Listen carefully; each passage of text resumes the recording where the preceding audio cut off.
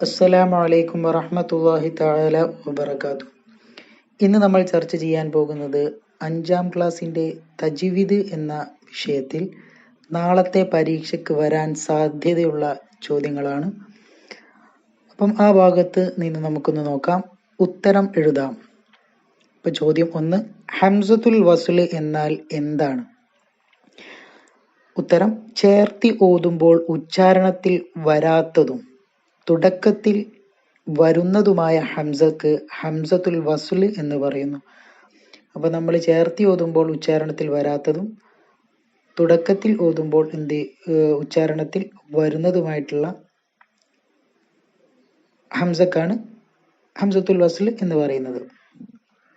ഇനി അടുത്ത ചോദ്യം, ഹാ ഉത്ത് ഇനീസിനെ ചേർത്തി ഓതുമ്പോൾ എങ്ങനെ ഓതണം?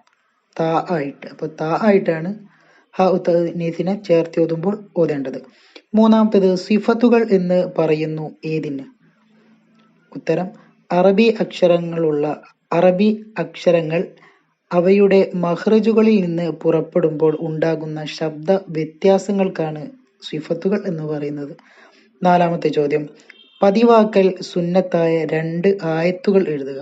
ഒന്നാമത്തത് ആയത്തുൽ കുർസി, ആമന റസൂലു, ഇനി വേണമെങ്കിൽ ലൗ അൻസൽന. അപ്പോൾ ഏതെങ്കിലും 2 മാത്രം അവിടെ എഴുതി കൊടുക്കുക. അവസാനത്തെ ചോദ്യം, ഹൃദയം പൊളിഞ്ഞ വീട് പോലെയാണ് എന്ന് നബി സല്ലല്ലാഹു അലൈഹി വസല്ലമ തങ്ങൾ പറഞ്ഞത് ആരെ സംബന്ധിച്ചാണ്?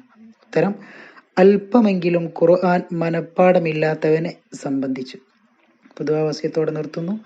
വആഖിറു ദഅവാനാ അൽഹംദുലില്ലാഹി റബ്ബിൽ ആലമീൻ. അസ്സലാമു അലൈക്കും വറഹ്മത്തുള്ളാഹി തആല വബറകാതുഹു.